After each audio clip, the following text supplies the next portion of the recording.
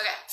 So this week's stories with my mom. The first one is I'm going to talk about like her creativity and how that kind of affected me in my life. And even till today, I see myself being very spontaneous and I see myself like really embracing life. And I think that a lot of that came from my mom and probably came from my dad too, but I don't know him well enough to say whether or not that's true. So when we were really little, my mom would take us to the movies and we had a station wagon and she would put a mattress on the top of the station wagon so that we could like lay out under the stars and like watch the movies. So that was just like something kind of cute that she would do, that other people weren't doing. And it's kind of a genius idea. Like, why wouldn't you do that? I think also in this time of quarantine, we're thinking about drive-thrus and, like how much we'd probably love to, how much we'd probably love to be at a drive-thru because we're in like, social distancing and it seems like the most perfect way to enjoy life right now. So if that ever happens and you get to go to a drive-thru, I highly recommend getting an air mattress or something and putting it on the top of your car because that's going to be a lot funner than being inside of your car. Thanks, Mom. Also, when I was little, she would get my brother and I to go raid people's gardens. So maybe this is like my rebellious side a little bit because she claims that she didn't, but I clearly remember having that happen. She would be like making dinner and she would just be like, "Hey, we need some carrots. Can you like go over to the neighbors and like go steal some carrots?" So yeah, I definitely have this little bit of a rebellious streak and that even yesterday I took my dog to the beach and first of all, you're not supposed to be at the beach. So I like drove up and down like through Malibu trying to find a beach that I could like sneak into. And I saw people like hopping over a fence to one. And I was like, well, I can't do that with a dog. But I did mark it on my phone. I was like, I'm totally going to go back there and hop that fence. But I did find this other beach and I kind of like sussed it out a little bit. And then I saw that the fire trucks like a truck was kind of going and telling people to leave. But then I noticed that like after he left, he probably wasn't going to come back for a while. So I was like, Meatloaf, let's go. And like he's never been to the beach that I know of. So it was our first journey and I thought that it was worth it. So we took that risk. I definitely felt on guard, but it was worth it. So another funny story was my mom would have these crazy parties and one was actually on my birthday and she like invited all of her friends over and I think because they had kids and she was probably thinking like, let's throw this big birthday party for Tara. So this is a tip about Tara. Well, anyways, so everybody ate my birthday cake except for me. So, of course, I cried my eyes out. I was so devastated. And to this day, I will buy myself a birthday cake on my birthday if I don't get given one because it was pretty traumatizing. Thankfully, they kind of saved the day because everyone felt really bad. So they gave me a bunch of money and I went to the candy store and I bought like so much candy. And so I felt a little bit better, but I was still traumatized. So I always have to have my own birthday cake. During those parties, my mom would do funny things. Or strange, weird things. One of them was filling a condom. I guess you can fill it really, really big. And they would like chuck it at people's houses or I don't know where they would chuck it or maybe they just filled it. I don't remember. All I remember is this like condom beginning filled up in the bathtub and it just becoming huge, like the size of a person. Like that thing does not break very easily.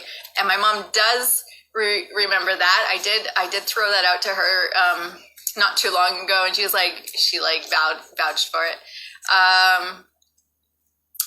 So another time during my life, it was very interesting because I went through so many like very unsafe, scary situations. But at the same time, there was always this balance of like excitement or fun.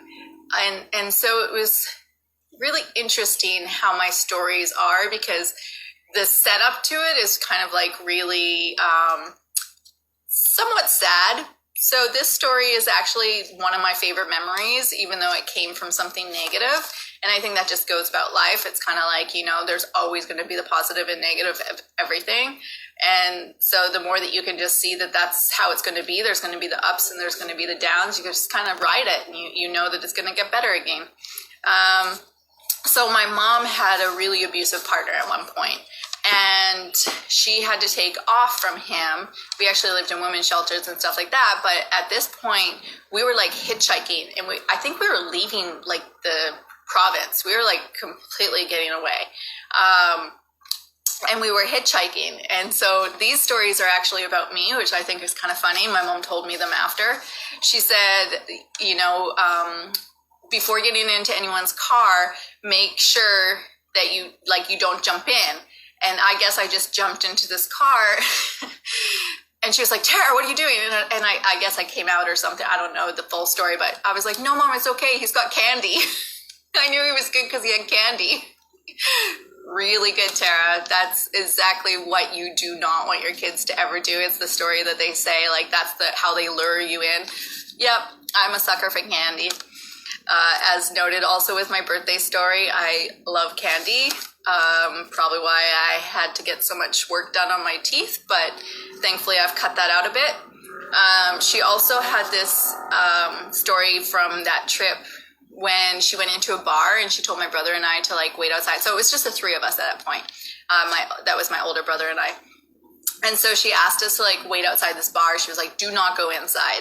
And of course, you know, me, I'm a curious person. So I was like, what? I want to see what's inside it. And so I guess I like peeked my head in or something. And I saw a girl dancing and she had like this sequined crazy dress on, probably pretty revealing. I don't remember exactly. All I remember is there was a lot of sparkles. She was a stripper. My mom came out and the first thing I said was, Mommy, can I have a dress like that? So she knew that I had gone inside when I was not supposed to. But I definitely have a very real attraction to sparkly things. I love sequins. I don't wear them all the time, but I am definitely drawn to them. If there's something sparkly in a window, I always look at it. I get a nickname that I'm like a magpie or something. During that trip, it was like really great because we stayed in hotels. I think it was like, I'd never stayed in a hotel like as a guest before. We lived in a hotel at one point. I remember that. But this time it was like an adventure. And so my mom made these situations fun for us. And I remember we had like fish and chips, and I don't know why, but I just always loved fish and chips. And it was like such a great memory. But she would take these situations, like obviously if I would have put myself in her position, you know, she's running from an abusive person. Like that is not fun. And she's trying to protect these kids and she has to hitchhike. And she's like, I can't even imagine what she must have been feeling like during that time. But at the same time, she always somehow made it fun for us. And even till like when she was living in the downtown east side of Vancouver, which is like a super rough area, she would still have this zest about her. She would still smile. She'd crack jokes all the time. She knew everyone's names in the neighborhood. She knew what their lives were like. She would be like, oh, how's your wife? Or how's this? And she would remember things.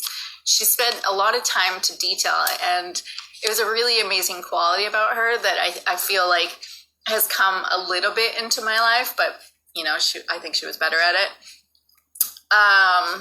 And the one thing that we ended up doing together is we started taking, I think I mentioned this in another video, but we would take her car. So, oh yeah, my mom had this electric car, and her favorite thing to do was like go real fast and then like hit the brakes and like skid.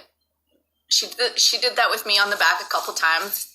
It was pretty fun, I'll admit it. She also like went down this like ramp with me, and like I got like slammed between like a pole and the car, and I like have an indent in my leg still to this day. So I guess she left me with a nice little physical memory.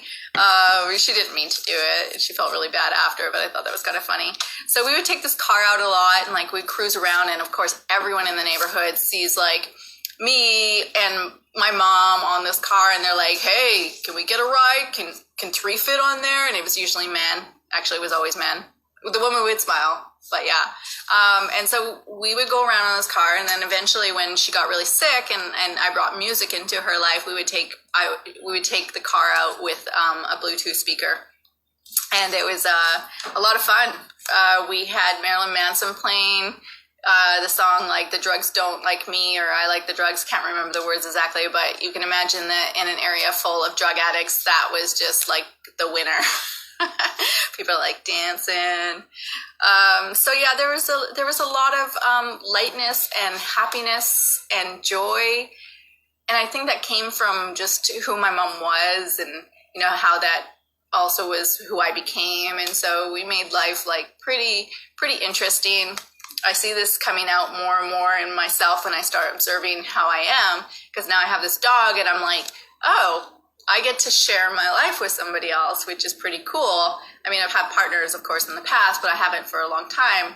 And it's cool to observe like how I navigate my life and to allow somebody else to be in it. And that's kind of interesting also because like as a parent, that's what you're doing with your kids. It's like you're living your life and you're allowing this other little being to observe and absorb that experience, and it becomes who they are. So I think it was really cool to have a mom like that, even though I was like embarrassed of her a lot of the time because she would talk to everybody and she would dress weird and she'd look different and like all those other things, but she did make life fun.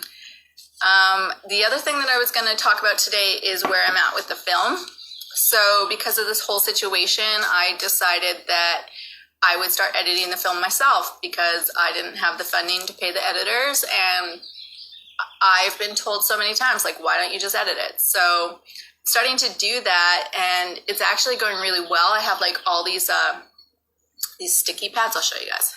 I have all these like little sticky pads up on my walls because I've been like going through the footage and realizing what the story is, and I'm getting excited because I'm seeing it kind of like coming together, and now I have to go and like actually do the editing, which is not the funnest part, but I think that I'll enjoy it once I start seeing things coming together. But there was one scene that I saw the other day, and it was me crying to the camera and saying that like I wouldn't have gotten to this place of healing had I not gone through all this pain. So it's not that I was supposed to feel that pain through my life. What I meant was that I chose to run at my own pain. So it was my own misunderstanding, my own feelings towards my mom that, I was rejecting her. And I had this opportunity. I could have gone the other way, but what I did was I went towards the fire. And that opened me up completely to a different experience. And I don't think that I would have gotten to know my mom in the way that I did had I not done that. I wouldn't have made the film. I probably wouldn't have built as strong of a relationship. And I don't think I would have healed to the point that I have. Like when I first started doing the film, I couldn't even go on a subway without pretty much crying because I would see homeless people and that would just trigger me. And I was constantly triggered by everything. And it was cool to see throughout the process of making this film how those things got less and less. I got less triggers and I was able to like accept more, and I was able to just feel a lot more calm in my emotional state inside. And so if there's any relationships in your life that you feel are worth fighting for, I recommend that you just take a look inside of yourself and try to figure out what's stopping you. And I think boundaries are super important. One of my best friends taught me that not every relationship is worth having because she had a mom that was very verbally abusive and really disruptive in her life. And I didn't know how to tell her to have a relationship with that person because I saw it as being very not good for her. So maybe not all relationships can be healed, but if there is potential, maybe keeping them at a distance or just trying to get to know them from a distance, if that benefits you, I highly recommend it because it definitely helped me in my life. And I'm just going to keep this one kind of short. I have a tan. Just want everyone to notice because I do not tan very easily, and this is what COVID has been giving me, so I'm pretty proud of it. And I hope everyone's doing okay. I'm here if anyone ever wants to just like hit me up if you're having a hard day. I know how that can feel, so I love you guys, and thanks for tuning in. And on the 7th, I am doing a photography show online, so if you haven't RSVP'd yet, please do and come check it out. I've never done this before, so I'm just not even thinking about it yet, but I'm definitely feeling a little bit nervous. Love you guys.